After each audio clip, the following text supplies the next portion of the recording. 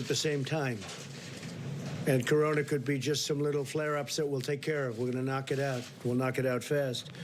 But that's what he was referring to, coming together at the same time. And I think rather than waiting, I'd ask Dr. Redfield to come up, say a couple of words just to straighten that out, because he didn't say it was a big explosion. The headline in the Washington Post was totally inaccurate. The statement wasn't bad in the Post, but the headline was ridiculous, which is, as I say, that's fake news, and CNN is fake news like crazy, and they had just totally the wrong story, which they knew.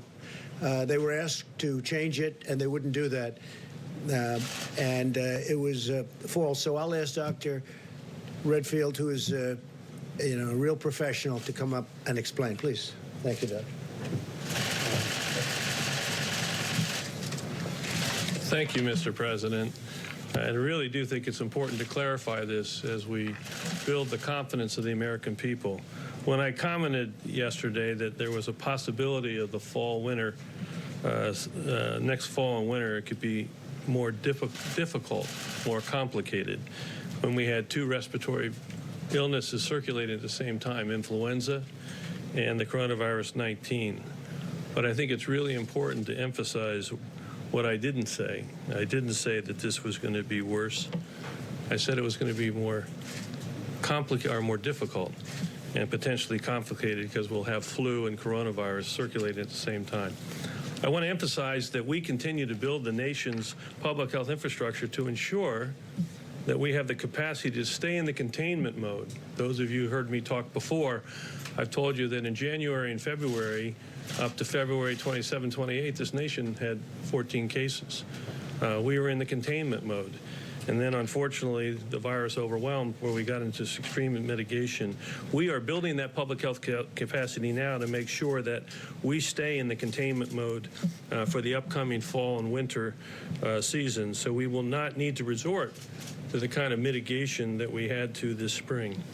I have confidence that our public health response of early case recognition that we've talked about, isolation and contact tracing, combined with our plans for increased surveillance, particularly for the most vulnerable, will be an effective public health strategy so our nation will be able to maintain itself in the containment mode. And again, that will be supported by the American public's continued cooperation, obviously in the areas of personal hygiene and the types of social distancing strategies that may be appropriate. The key to my comments, and the reason that I really wanted to stress them, was to appeal to the American public to embrace the flu vaccine with confidence. One of the greatest tools we have as we go through the fall, winter season that we're into is to get the American public to embrace the influenza vaccine and thereby minimize the impact of flu to be the co-respiratory disease that we confront. Thank you very much. Can I just ask a follow-up on that, Dr. Redfield, please? Just to clarify. But I don't know what to follow up. He was misquoted, totally misquoted. He said they could come together. They didn't talk about that. Right. And his whole purpose in making the statement was to get a flu shot so that next fall we don't have such a big season of flu. And we possibly won't. But as you said, it's possible if the corona even comes back, and he doesn't know that it's going to, and neither do I. We spoke at great length. And I think the doctor will speak if you'd like to continue, but we may have some embers, and we're going to put them out, of corona. But we may have a big flu season. But that's different. Flu is very different from corona. Can I ask you a follow-up question? Yeah, go ahead. Okay, sure. so Dr. Redfield, the Washington Post, which you did the interview with them, they quoted you as saying there's a possibility that the assault of the virus on our nation next winter will actually be even more difficult than the one we just went through. And when I've said this to others, they've kind of put their head back. They don't understand what I mean. We're going to have the flu epidemic and the coronavirus epidemic at the same time. Is that what you said to the Washington Post? Yeah, that's what I was trying to say to you just a minute ago, that the issue that I was talking about being more difficult, is that we're going to have two viruses circulating at the same time. This spring that we just went through, February, we had a benefit of having the flu season ended. So we could use all our flu surveillance systems to say, whoops, this is coronavirus. We need to focus. Next fall and winter, we are going to have two viruses circulating, and we're going to have to distinguish between which is flu and which is the coronavirus. And so the comment that I made, it's more difficult. Doesn't mean it's going to be more impossible.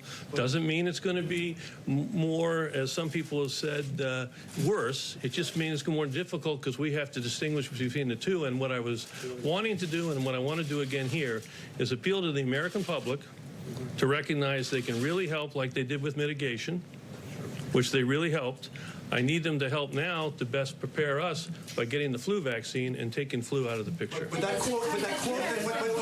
excuse You me. may not even have Corona coming back, just so you understand. Doctor, would you like No, but I'm sorry, but that quote that I just read was accurate, right, sir? Because that's the quote from the Washington Post. You were accurately quoted, correct? I'm accurately quoted in the Washington Post as difficult. But the headline was inappropriate. What does the headline say? Well, Read the headline. The headline says CDC director warns second wave of coronavirus is likely to be even more devastating. And isn't that That's correct? not what he said. That's not what he said. But if you have the two things The happening, headline doesn't cover. No, I actually think it's actually going to be, I think the American public is going to heed the request to relook at their vaccine hesitancy to vaccine with confidence for flu. And I'm confident that the public health infrastructure that we're putting together now across this country so that we can early case diagnose, isolate, and contact trace, as I say, block and tackle, that system is going to be there, and we're going to be able to contain this virus. Why did you retweet the article if it was inaccurate?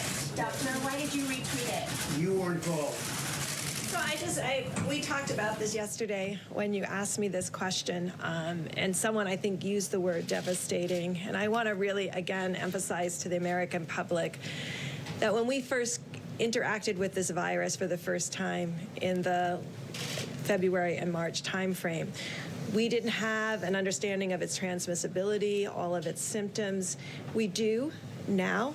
And I think what we are building together when we talk about the public health infrastructure, it is very much working on the surveillance piece. But I think we also know the strength of the American people and their ability to immediately understand how to protect themselves with not touching their face, making sure that they're washing their hands. But the other piece I wanted to talk about, and we mentioned yesterday also, that we have this summer, while we have flu surveillance that we can utilize and syndromic management that we can utilize, we have all of that time to prepare clearly the testing algorithm that you would need in a flu potentially if COVID came back. Potentially. And so we are preparing for that potential right now. And I think we spoke to you all about that and talked about how we're not only preparing for today and tomorrow, but we're preparing for 6 months from now, 3 months from now, and making sure that all of these pieces are in place. I think what Dr. Redfield clearly was asking for, just like we asked for every American to follow the guidelines, he's saying, please add to that guidelines getting your flu shot and making sure you're When you say protected. there's a good chance that COVID will not come back. We don't And or know. if it comes back, it's in a very small confined area that we put out. Well, the great thing is we'll be able to find it earlier this time. And I think that's what we're talking about. We'll find those cases earlier. So what Dr. Redfield said, we would be able to stay in containment phase. And what we're also hoping, and we talked about this about 4 or 5 weeks ago, that we're hoping that the flu infections also go down because people are much more aware of respiratory illnesses and how to protect themselves. We want you to get your vaccine, but we also want to also protect individuals from getting the flu because of the vulnerability we know in certain populations to flu and the devastating outcomes to flu. We could prevent and decrease both of those things. So I think we are assured that the CDC is putting in place today what we are going to need in the fall so that we can stay in containment if potentially the virus comes back. And if it comes back, though, it won't be coming back in the form that it was. It will be coming back in smaller doses that we can contain. But what the doctor was saying, and I spoke to him at great length, he was saying if it should come back together, now you have a flu and you have the embers of corona. But in my opinion, from everything I've seen, it can never be like anything that we've witnessed right now. Would you say that's the correct statement? Absolutely. It's nothing like what we're talking about. What we've just gone through, we will not go through. You could have some embers of corona, and you could have a big flu system. And if they combine, if they come together, it's not great, but we will not go through what we went through for the last 2 months. Yeah, Mr. President, Is that a correct statement? I understand that the United States will certainly be more prepared in the fall, but how can you say that you know it won't come back in the same level that it has today? What it is estimated, it might not come back at all, Jeff. It may not come back at all. He's talking about a worst-case scenario where you have a big flu and you have some corona. And if it does come back, it's not going to come back, and I've spoken to 10 different people, it's not going to be like it was. Also, we have much better containment now. Before, nobody knew about it. Nobody knew anything about it. We understand it. Now, if we have pockets, a little pocket here, then we're going to have it put out. It goes out, and it's going to go out fast. We're going to be watching for it. But it's all possible. It's also possible it doesn't come back at all. I understand the containment, but I don't understand how you know it won't come back on a big scale. I didn't say it's not. I said if it does, it's not going to come back on anything near what we went through. But you could have a mess where they come at the same time. And if they come at the same time, the flu is not the greatest thing in the world, Jeff. It's not the greatest thing either. If they come at the same time, you have them both. But if we have embers of corona coupled with the flu, that's not going to be pleasant, but it's not going to be what we've gone through in any way, shape, or form. Yeah. If you don't think that it's going to come back at the same severity it is right now, why are you still directing that taxpayer dollars to spend on emergency procurement of ventilators, tens of thousands? Because we have to have them for other reasons. Something else could come. I mean, we didn't know about corona. Now we know about corona. But look at what happened. And now we did have the H1N1 swine flu. We had that. We have other things that have happened.